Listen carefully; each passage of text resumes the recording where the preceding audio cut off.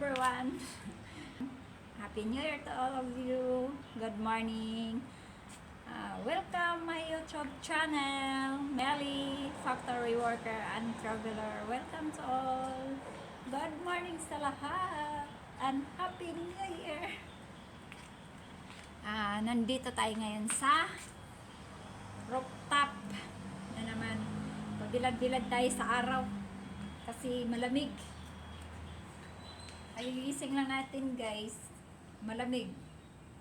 Malamig sa loob ng kwarto kaya bilad-bilad tayo sa araw. Maganda yung araw o anong oras na kaya ngayon? Alas 9, alas 10. Pero hindi gaano maaraw pero hindi siya mainit.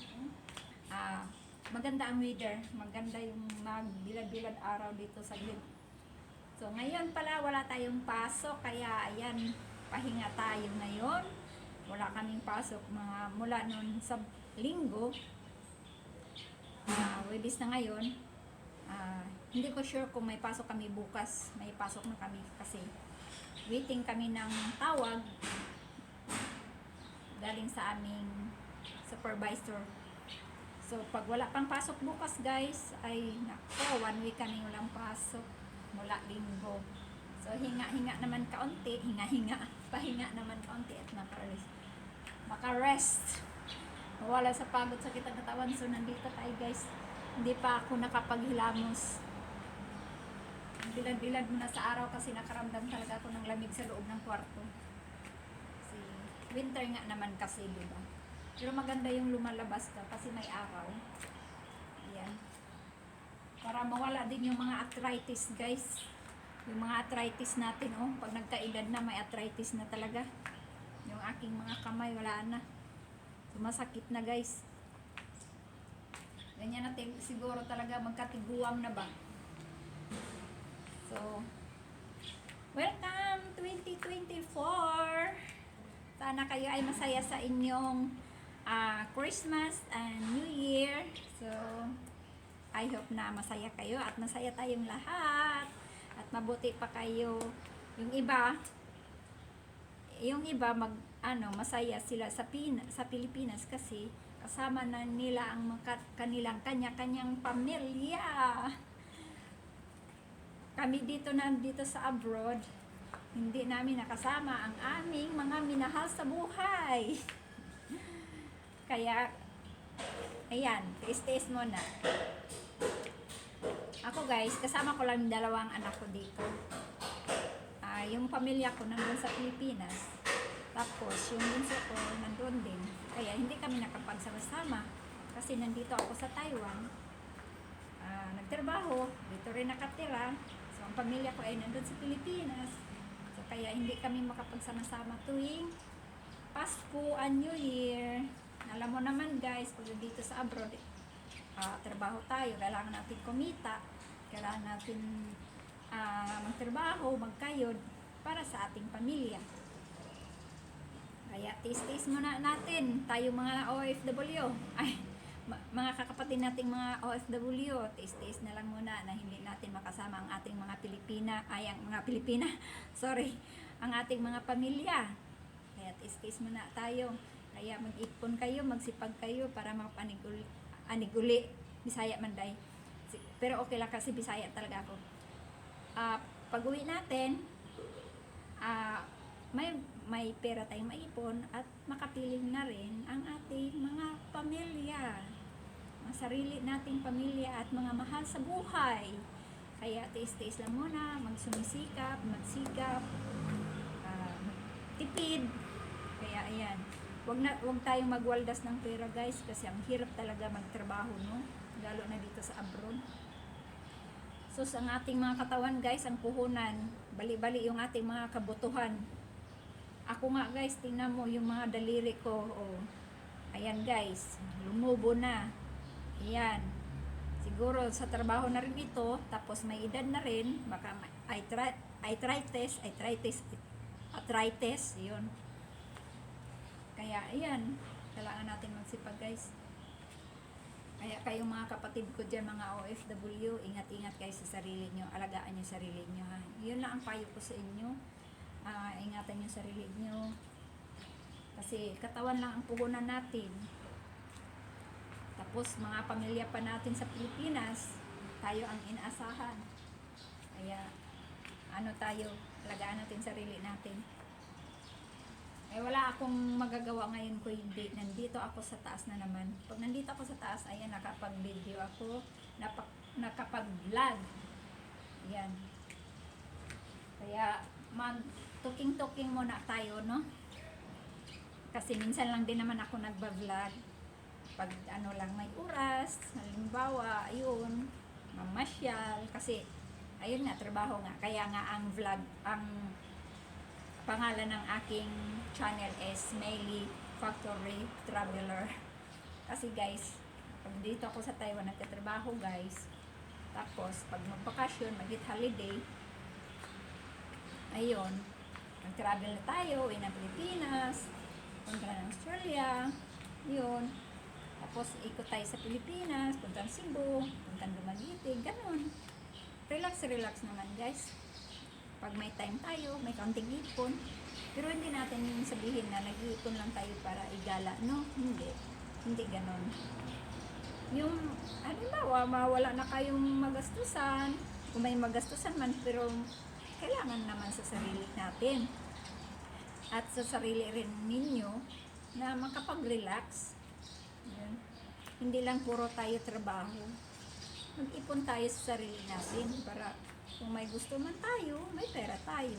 At saka guys, una, hindi tayo laging bata. Hindi tayo laging malakas.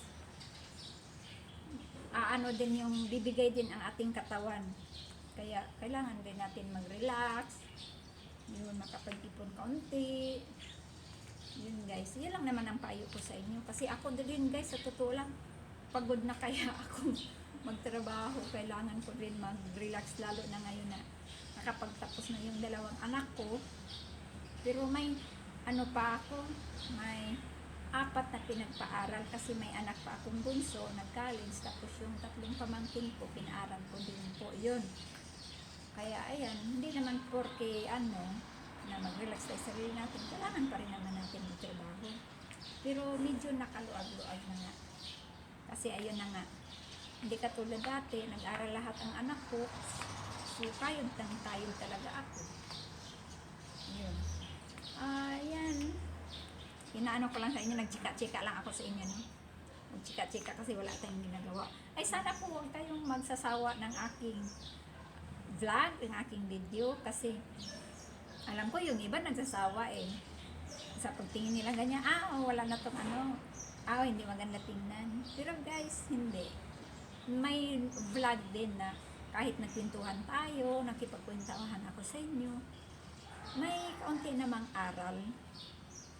Yun, kaunti, pinag-share ko sa inyo yung naramdaman ko, yung ano ko, yung gawa ko, yun, yung payo ko sa inyo, nagpapayo din ako sa mga, kung sinong kapanood ng aking vlog, yun lang din naman. Sinishare ko lang sa inyo, yung naranasan ko sa buhay ko. Yun. Kasi wala naman tayo eh. At saka una-una ang Panginoon talaga guys, hindi talaga natin kalimutan sa Kanya na pasalamat at pagdadasal.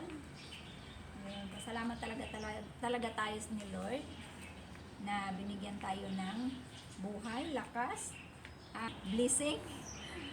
Ayan. So, yun guys, hindi talaga natin kalimutan ang Panginoon. Always pray tayo. Paggising natin, pagtulog, pagising, kahit pagod tayo guys, kahit pagod tayo, alam mo naman na pagod talaga tayo pag galing sa trabaho, no? Minsan nga, bagsak na tayo eh. Pagdating sa bahay, bagsak. Tulog. Minsan, hindi pa nakapagbihis o kaya hindi pa nakapaghilamos, hindi na mag-shower, basta paglapag lang ng bag. Wala na. Upo, saglit, tulog. Kasi yun nga, sa sobrang pagod natin guys. Pero naintindihan naman tayo ni Lord. Pero hindi natin kalimutan na magdasal bago matulog. Kasi ako guys, nagdadasal talaga ako. Kahit nakahiga na ako, pipikit na yung mata ko. Alam ba nyo guys, nagdadasal pa rin ako niyan hanggat nakatulugan ko rin. Minsan nga, hindi ko na siguro nasabi na Amen. Basta nagdasal ako, nagpasalamat ako ni Lord, ganun. na ayun, at sana lawakan pang ating buhay at ligtas tayo sa mga karamdaman, sa mga trahedya sa buhay, ganun. At panalanginan sa Bisaya, panalanginan tayo na sa pang-araw-araw nating gawain, sa paglalakad natin, na safe tayo. Ganun. Tapos ganun din sa umaga, guys. Thank you, Lord, sa lahat ng binigyan mong grasya, blessings, at nakatulog ako ng maaga, nakatulog ako ng maayos, nagising ako ng maayos.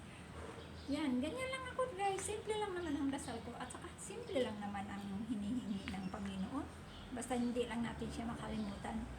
Yun lang naman ang sabi, na hindi natin siya kalimutan, at saka hindi rin siya nanghihingi ng kapalit. Kaya nga siya nagpapakamatay sa krus, diba? Kasi, ayun nga. Dahil sa ating mga katauhan, mahal na mahal tayo. Kaya kailangan rin natin siya mahalin at ilagay sa puso na nandun siya.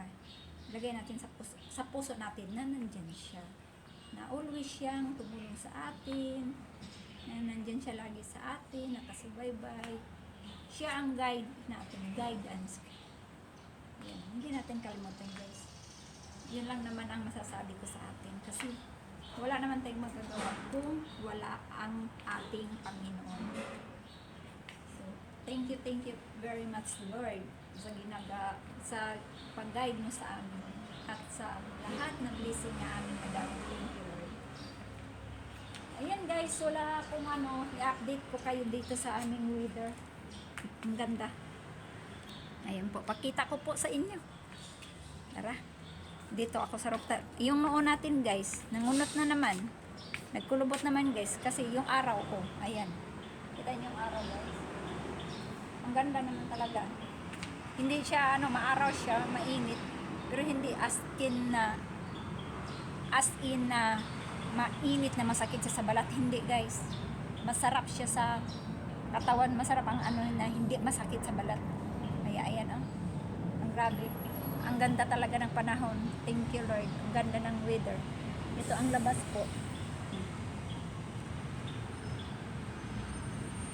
Baka malaglag yung ating cellphone. Yan ang labas dyan. Tapos yan, mga kapitbahay namin. Wala kang mga taong nakikita dito. Ako lang yata nandito sa taas, sa rooftop. Yan. Yan po ang namin, Yan.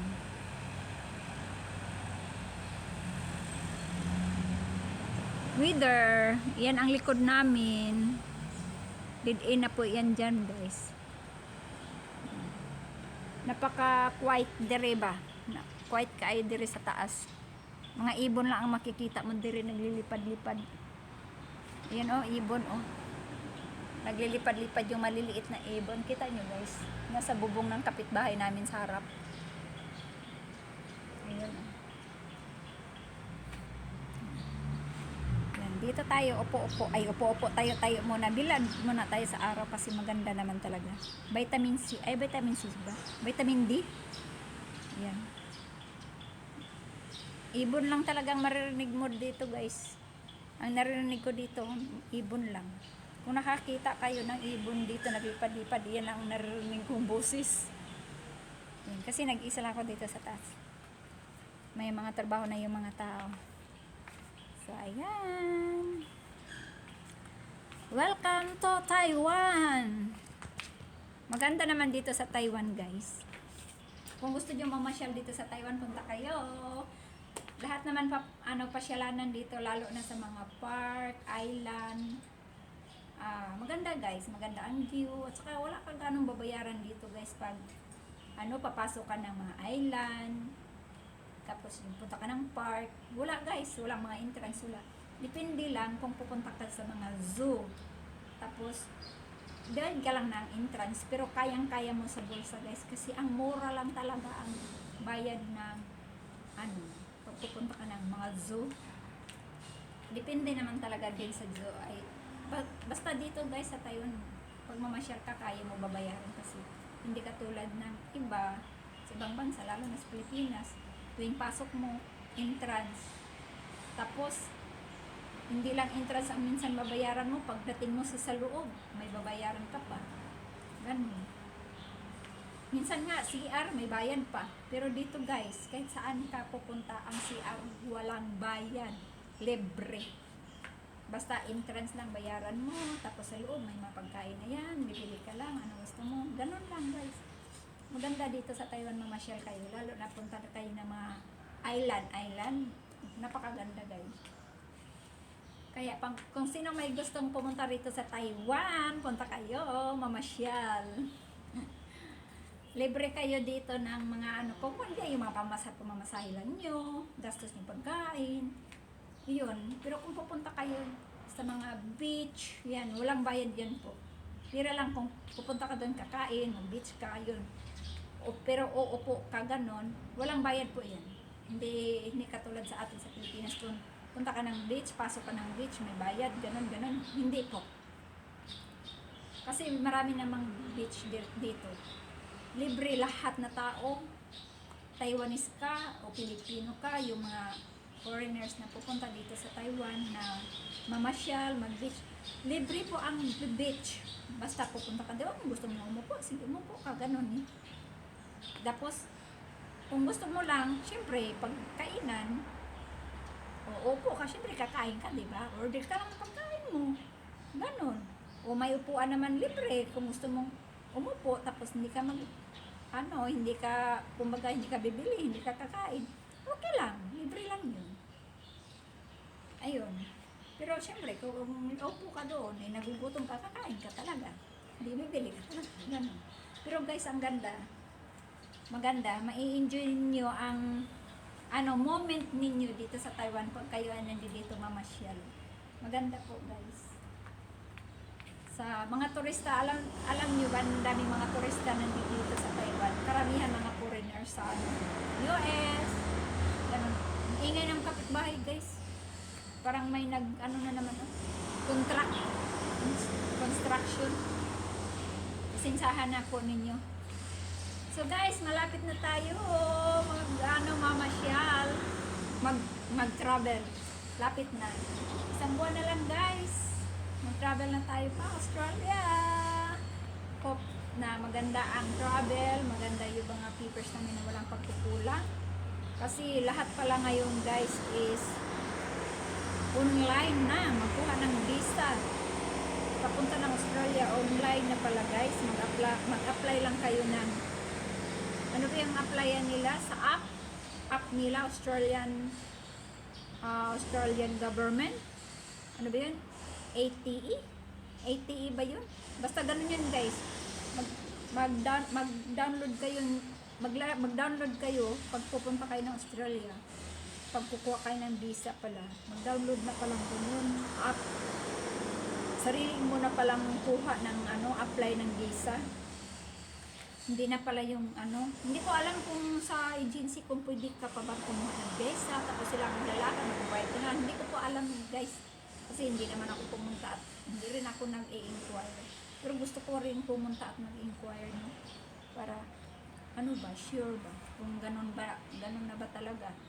Kasi sabi ng anak ko at saka yung hobby. Sabi niya, hindi na daw kailangan pumunta ng agency kasi sarili mong apply sa online kasi online na nga, guys. Kailangan kang kumpletuhin mo lang yung mga details, yung mga requirements na hinihingi nila bago ka mag-apply, bago ka mag-apply, mag-fill up ng mga nila for visa. Ayun na nga guys. Kaya inaisikaso ko ngayon ang mga requirements na kailangan bago kami mag-apply, guys. Online ka na pala. Kasi ang visa ko dati, kuha na lang ako ng visa sa agency, pumunta ako sa agency. Tapos sila nang naglakad noon. Tapos paglabas ng passport ko, pagbigay nila sa akin, nandun na yung maliit na papel lang guys. Maliit lang talaga. Ganito lang kalaki ng daliri ko yung papel. Tapos ina-attach nila sa passport ko, stapler. Yun na. Visa na daw yun. Kasi electronic visa na nga naman. Ang ano kasi tourist. Kaya ngayon, online na pala guys. Sarili mo nang apply. Yun. Kaya gusto ko rin alamin sa agency kung talaga naman ganun na o ganun din kung hindi na ba may pwede na sila na lang mag-apply ng visa namin tapos magbayad na lang. Parang gusto ko na rin itatanong.